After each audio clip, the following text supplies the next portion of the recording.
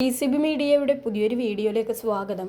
ഇന്ന് ജൂൺ 2 ചൊവ്വ. ഇന്നും തുടർന്നു വരുന്ന ദിവസങ്ങളിലും നിങ്ങൾ അറിഞ്ഞിരിക്കേണ്ട പ്രധാനപ്പെട്ട വാർത്താ അപ്ഡേറ്റുകളാണ് ഷെയർ ചെയ്യുന്നത്.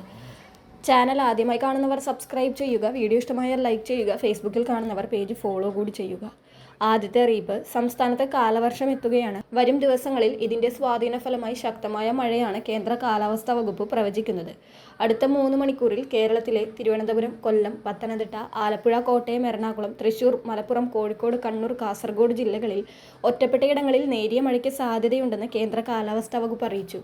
മഴയോടൊപ്പം ഇടിമിന്നൽ ജാഗ്രതാ നിർദ്ദേശവും നിലനിൽക്കുന്നുണ്ട്. ഒറ്റപ്പെട്ടയിടങ്ങളിൽ ഇന്നു മുതൽ 5-ാം തീയതി വരെ ഇടിമിന്നലോടുകൂടിയ മഴയ്ക്കും മണിക്കൂറിൽ 40 മുതൽ 50 കിലോമീറ്റർ വരെ വേഗതയിൽ ശക്തമായ കാറ്റിനും സാധ്യതയുണ്ടെന്ന് കേന്ദ്ര കാലാവസ്ഥാ വകുപ്പിന്റെ മുന്നറിയിപ്പിൽ പറയുന്നു. അടുത്ത അറിയിപ്പ്, സ്വകാര്യ ബസ്സുകളിൽ വിദ്യാർത്ഥികൾക്കുള്ള യാത്രാ കൺസെഷൻ കാർഡ് പൂർണ്ണമായും ഡിജിറ്റലാക്കുന്നു. മോട്ടോർ വാഹന വകുപ്പിന്റെ MVD ലീഡ്സ് മൊബൈൽ ആപ്ലിക്കേഷനും വെബ്സൈറ്റും വഴി ഈ ഡിജിറ്റൽ സംവിധാനം നടപ്പാക്കാൻ നടപടി തുടങ്ങി. സർക്കാർ എയ്ഡഡ്, സ്വയംഭരണ, സ്വകാര്യ, സമാന്തര വിദ്യാഭ്യാസ സ്ഥാപനങ്ങളിലെ വിദ്യാർത്ഥികൾക്ക് ഇതിന്റെ പ്രയോജനം ലഭിക്കും. നിലവിൽ പേപ്പർ കൺസെഷൻ കാർഡാണ് വിദ്യാർത്ഥികൾക്ക് നൽകുന്നത്. ഡിജിറ്റൽ കാർഡിനായി ആദ്യം അതത് വിദ്യാഭ്യാസ സ്ഥാപനം മോട്ടോർ വാഹന വകുപ്പിന്റെ MVD ലീഡ്സ് എന്ന വെബ്സൈറ്റിൽ കയറി രജിസ്റ്റർ ചെയ്യണം. അടുത്ത അറിയിപ്പ്, +1 ഏകജാലകത്തിൽ അപേക്ഷ സമർപ്പണം നാളെ അവസാനിക്കാനിരിക്കെ സംസ്ഥാനത്ത് ഇതുവരെ അപേക്ഷിച്ചത് 4,32,705 വിദ്യാർത്ഥികളാണ്. ഇതിൽ 4,19,518 പേരുടെ അപേക്ഷാ സമർപ്പണവും പൂർത്തിയായി. കഴിഞ്ഞ 25 മുതലാണ് അപേക്ഷ സ്വീകരിച്ചു തുടങ്ങിയത്. നാളെ വൈകുന്നേരം 5 മണി വരെയാണ് അപേക്ഷിക്കാനുള്ള സമയപരിധി.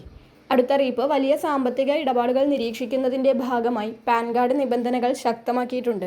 ഒരു വർഷത്തിൽ 10 ലക്ഷം രൂപയിൽ കൂടുതൽ ബാങ്കിൽ നിക്ഷേപിക്കാനും പിൻവലിക്കാനും പാൻ കാർഡ് നിർബന്ധമാണ്.